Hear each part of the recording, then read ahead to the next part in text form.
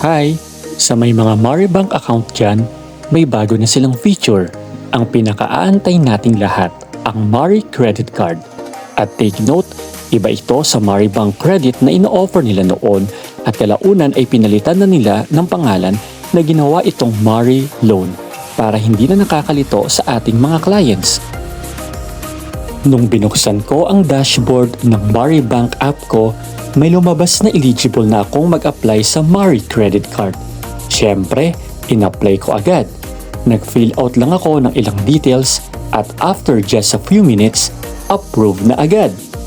Ito ang ilan sa mga nagustuhan ko sa credit card nila. No annual fee for life, 1% cashback sa online at in-store purchases, at 0% foreign exchange markup. So kung mahilig kang mag-travel abroad, wala kang babayarang additional foreign transaction fee sa mga purchases mo gamit ang Mari Credit Card.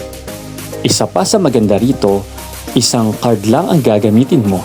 Ang existing Maribank card mo na rin ang magsisilbing credit card. At may option ka pang pumili kung paano mo ito gagamitin. Una, debit plus credit card mode o debit card only kung ayaw mong ma-charge sa credit card.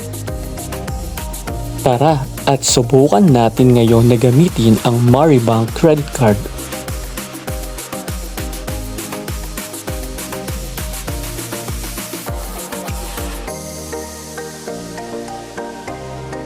At ayun, success! At ako ay nakareceive ng cashback sa aking transaction.